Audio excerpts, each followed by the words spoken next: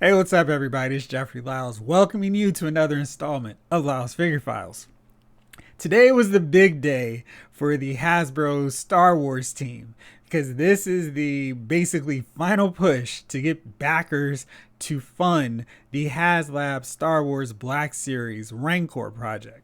And we've seen some of these HasLab projects fund within days and partially be finished like in hours. Like the Galactus thing was insane. The Sentinel project got funded with no problem. The Ghostbusters Proton Pack, which was revealed and put up for pre-order the same time as this Rancor, have been funded. The Rancor, which seems like should be a real high profile project, hasn't been funded yet. It has been slowly trickling. It needs 9,000 backers. Right now, it is at 5,000. And that's kind of weird because this is a signature piece. If you've been collecting original trilogy figures, you've got your nice Return of the Jedi setup going, you'd want a Rancor to go along with your Jabba's Palace setup, right? I hope this gets funded because I want to see what some collectors can do. Jury rigging up a 2-tier system where we've got Jabba, his whole crew of bounty hunters, and then underneath the Rancor just waiting for its next meal. But for whatever reason, and I have a few thoughts, it hasn't been funded yet. So today, the Hasbro Star Wars team was like, all right, we're going to show you. We've already shown you the grayscale rendering. We've shown the digital model. Now we're going to show you the fully painted version of the Rancor. And I think they did a nice job showcasing this bad boy. It looks amazing with the paint work. There's so much detail that's brought out of the sculpt from this paint. All kinds of different levels, blacks, grays, dark browns, etc. You see the teeth details, got all kinds of film from Gamorrean Guard, Jabba Dancer plaque buildup. The chain on his wrist has all kinds of great detail. You can see it's kind of got that worn, scrape look to it. And they showed you what it looks like finally in actual scale with a Gamorrean Guard. Nice and imposing, towering over him in the little spittle slobber. He's drooling because he can't wait to get this guy for dinner. And I think they did a really excellent job with this paintwork. You see on the shoulder pads, all the bone protrusions. It looks really, really solid. And I think if you were just basing this project on the Rancor alone, I think that Hasbro has done an excellent job showcasing this guy and showing why you would want him in your collection. It's just that $350 price tag really makes it hard to justify just this one thing. But you can see all this paintwork here. It really showcases the Rancor nicely. It's not just one flat color. And I love this sequence of photos here. You got him grabbing him so you can reenact that scene from Return of the Jedi. He's taking him, then he's actually opening the jaw, chucking his Gamorrean Guard down, taking the head first, and like that's something cool you could do. And he's like struggling through and maybe can move the feet around, so like he's struggling for this last desperate bit to get away. But there's no escape from the Rancor. There's none. And I love this one because it's like he knows what's about to come. And the Rancor, I mean, he just looks amazing, right? They did a really nice job. I love that bloody red mouth. So it's something a lot grittier and darker than I would have assumed that Hasbro would release for us, because this Joker looks like he's had a lot of blood coming in there from all of his victims. It's not just a safe and sanitary mouth. But yeah, so the Rancor as of right now is at 5,032 backers of the 9,000 needed to actually fund it, get it going. That doesn't include all of the various incentives, and it just needs 9,000. And somehow 9,000 seems like a whole lot considering there's still so few days at this point in the project. You would hope, if you were really interested in this Rancor, that it would be about 7,000, 8,000 at this point. I feel like Galactus was already done, and it was just a matter of, well, can the Marvel Legends team add in some more figures to make up for it? We don't care about this Silver Surfer redo. Can we get some more figures? And they did. And it was like, great, thanks, Hasbro.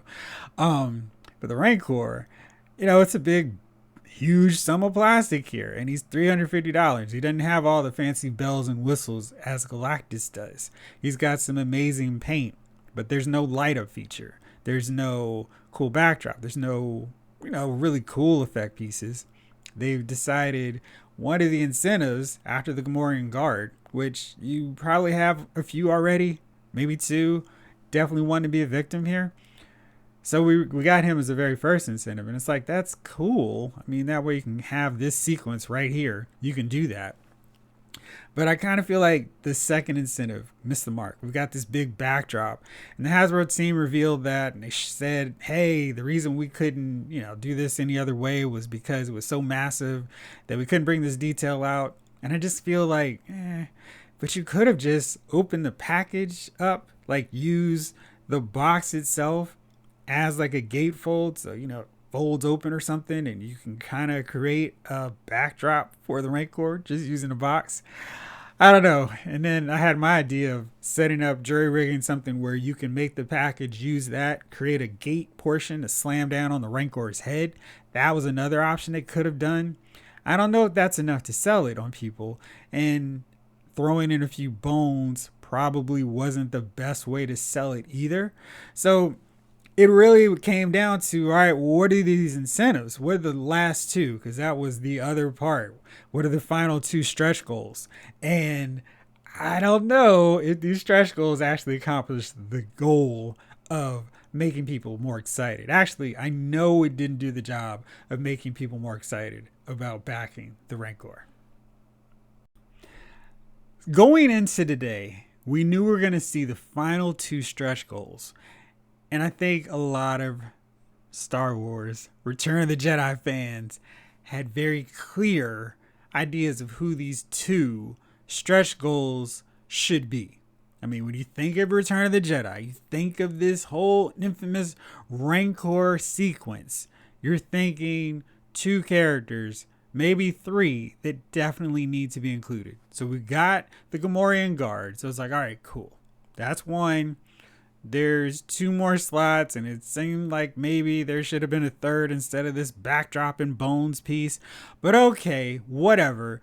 Clearly, one of these figures is too big to be included in a HasLab set, because this guy can get made in anything. There's no reason we need to go the super exclusive buy-in HasLab route to get this figure. I am not talking about Salacious B. Crumb, of course. That was the first one. This guy is going to be released at 16,000 backers. Mind you, the project is at 5,000 and some change right now. Now, that's weird, because it's like, okay, they don't interact whatsoever. And we're kind of reaching a point where we need characters that actually interact with the Rancor. So this was a bad call. Salacious is cool. He's a funny character. I feel like he should have been included a long time ago when we got that San Diego Comic-Con Jabba set. That would have been a good time to include him. He's got articulated arms, legs. That's great. But he doesn't have anything to do with the Rancor outside of peering through the grate going, that deal. And I just feel like this is such a missed opportunity. This is what they actually look like together, two characters that never interact. So you can see what they would look like if Jabba got really pissed off and just threw Salacious down into the pit. So that was a really weird choice. Way out of left field. One that didn't make a lot of sense to me. The next one does make sense. You get a Jedi Luke. He's got his cloak. He's got the outer garment on. This is the first time we see him in Return of the Jedi. This makes sense. I get it. Although, I kind of feel like we could have gotten this version of Luke at retail. Could have found him at Target. Now, I think this look we've already seen from Walmart. The Hasbro team made sure to say that this is a new Jedi Luke body. So he's got butterfly shoulders, so he can do the double grip, even though he really wasn't doing that a whole lot in the sequence. Which is weird because, why do we have a lightsaber with Jedi Luke here? Because he does not wear it when he's fighting the Rancor. So we've got the cloak off, and this is his book version image from Return of the Jedi. Back in the days when we would get books little picture books of these deals, and I'm so excited to have this look for Jedi Luke. But yeah, I'm not that excited about this version here in this set because that means some other people are missing. He's got the blaster that he tries to shoot Jabba. That's a nice touch. I like the fit of this cloak. I'm sure it's just, how it could look because this is a digital render. But the head sculpt looks really good. This package seems to be the unique thing. On Hasbro Pulse, they said that, yeah, without saying it, that this is the only way to get this Jedi Luke with this particular package set up. So they know the demand. They're going to put this Jedi Luke out later, which makes it even worse because I don't care about the exclusive packaging. I'd rather have Jedi Luke saved from this set so we can get some other characters. But here's a shot of how you could reenact Luke with the femur about to jam it into the Rancor's throat. I wish in this case that the bone could actually snap so you could do that part too, or sort of, kind of. Maybe you can wedge it in there so it gets that impression of sort of breaking. But yeah, here's a big face off between these two before Luke goes, I'll just use a skull head. And that'll work instead. This is a really cool shot. This is nice to show you that really, I guess, kind of iconic look. The face off between Luke and the Rancor. And this is really cool. This is the backdrop. This is the Rancor, the scattered bones lying around. No Gamorrean guard because the Rancor is a very clean eater. No leftovers. But yeah, I mean, it's like, that's great. We get Luke. And, Luke would have been a nice tack on incentive. Like, hey, he's the incentive after you got everything else that you really wanted. And I feel like that's where the Star Wars team kind of missed the mark here. Luke is a nice down the road. He's a 19,000 backer stretch goal. That's a stretch, right? So if you don't get him in that package, who cares? But I feel like there were two other characters that we desperately needed for this set. First up is Oola. This is Jabba's slave dancer, and she disrupts Jabba because she's dancing too seductively, I suppose. He gets upset, tosses her into the pen. She pleads, she begs, and she's down in there, seeing the Rancor that we don't see. So it's kind of like this tease of what's to come. But you see her struggling here. And I know maybe there's some thought that, hey, this isn't PC. But honestly, you're missing the whole point of this because one of George Lucas's biggest influences on Star Wars was Flash Gordon. And between Dale and Aurora, they dressed in kind of costumes like this. But the whole point of slave Leia is it's not Luke, it's not Han, it's not Lando or Chewie that kill Jabba. It's Leia. And it's not some demeaning thing. Like, he meant it as a demeaning, hey, you're my slave chick now. And she's like, nah, dude, I'm going to kill you. And I don't know. I feel like we're missing the whole point if it's some PC thing, why we don't get Oola. And if it were, I wish the Hasbro team would have just said, hey, due to the current really PC climate, we're just not going to make her. I think I would have been okay if they came out and said that. And I would have been like, that's stupid on Disney's part. But I feel like now it's kind of a stupid move on the Hasbro team's fault for not including a figure that, okay, probably not something you want to sell on shelves at Walmart. I get that. But this is your avenue to get Oola out. And I don't understand why they just didn't take advantage of this opportunity. I think this was a stretch goal. People would have been like, oh, cool. Oola, she's not going to get out in shelves. This is the only time, the only opportunity I can get her. I'll back this project now because I want to do that whole sequence. And, I would have understood. But that's that. Next up, of course, is Malakili, the Rancor Keeper. How do you not put this project together and put him in? And yeah, I know, maybe get the fat guy with no shirt, hairy chest, onto the shelves. I guess he's not a PC issue, but he's dressed about half, he's wearing about as much as Oola. And he's got his gun showing off for everybody too.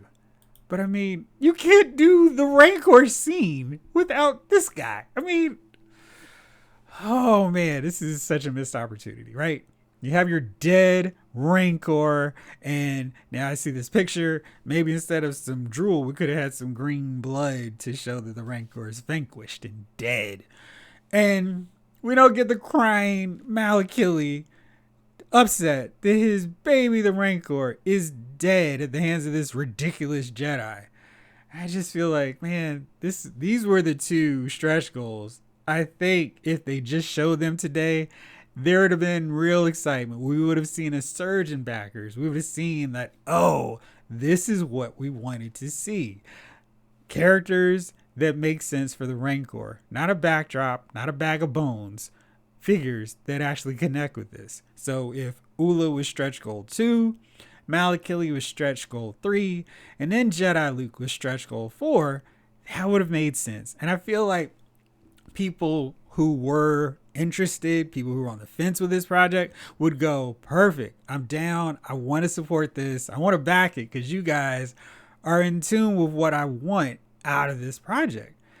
And instead, my buddy Todd put it up here, let me know that before the stretch goals were announced, because he was curious, the Rancor is at 5,147 backers. After the stretch goals were revealed, it was down to 5,032. So, of course, that means people saw this and was like, nope, I'm out. No more Rancor for me. I'm deleting. I don't want this bad boy anymore. I haven't seen a scenario where HasLab lost backers through the course of it. Normally, we see after these Pulse first Friday reveals for these HasLabs, it's just another surge in interest. Like there's a guy following Instagram who posts how these Friday reveals help dramatically raise interest in these HasLab projects. And that's not the case here. People are like, ooh, nope, not for 350. And I think part of it is nobody thinks Salacious Crumb is worth it. They know a Jedi Luke is coming at a later date. So no need to worry, no need to lose any stress over it. He's coming. So then it's, well, do I really care about a backdrop? Nope. So it's really just selling it all on the strength of the Rancor. And I mean, the Rancor looks really great. And Galactus look really great. And Mattel's WWE Ultimate Scale New Generation Arena Ring look great. But what all those teams did, Hasbro, the Marvel Legends squad, they're like, okay, let's throw in Nova. So this is a value plus. So if you bought Galactus for $350, you get a free Nova tossed in. You get Silver Surfer. And I know a lot of people like me already have Silver Surfer. So that wasn't a huge bonus. It was like, okay, whatever. But then they threw in another figure, another Herald. And that, I think, really tipped the scales. Where it was like, this is great. We get a big, huge figure, light up features, all this detail. And we get 2 all new figures that would probably be really, really, really hard to see on shelves. Granted, we're getting members of the Serpent Society, so that's kind of out the window, but you get the point.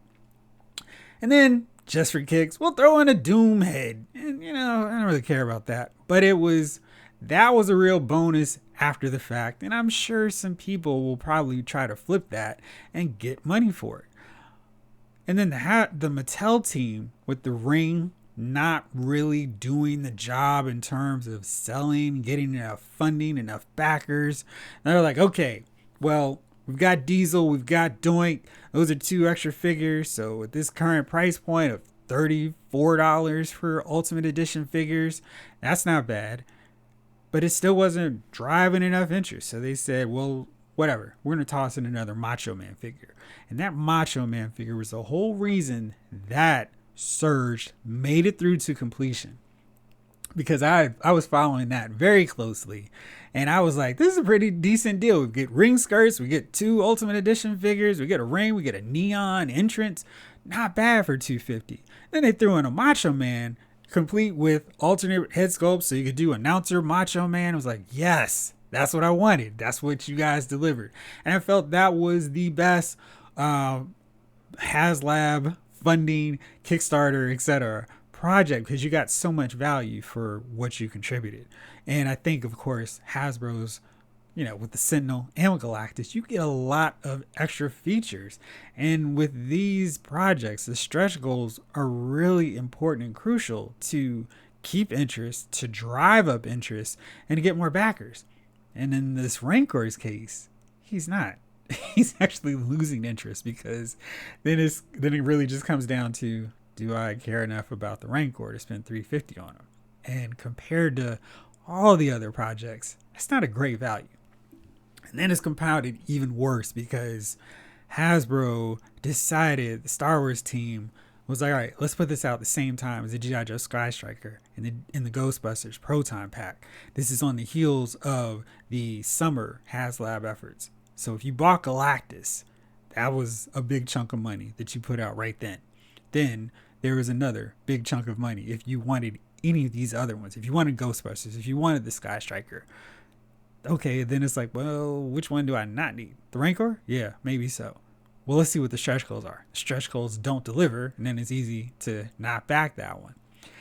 Then there's the other issue of releasing this guy right at the point and ending the pre-orders right at the Christmas, Thanksgiving, Black Friday season. So people are scrounging around for deals. Like Dorkside Toys is basically like, hey, here's the Fantastic Four wave that's just now hitting stores. We're selling them today until 7:00 for $15. So if you got them there, that was a great deal. People are looking for great deals at this time of year. You're not looking to pay $350 for one thing with questionable stretch goals.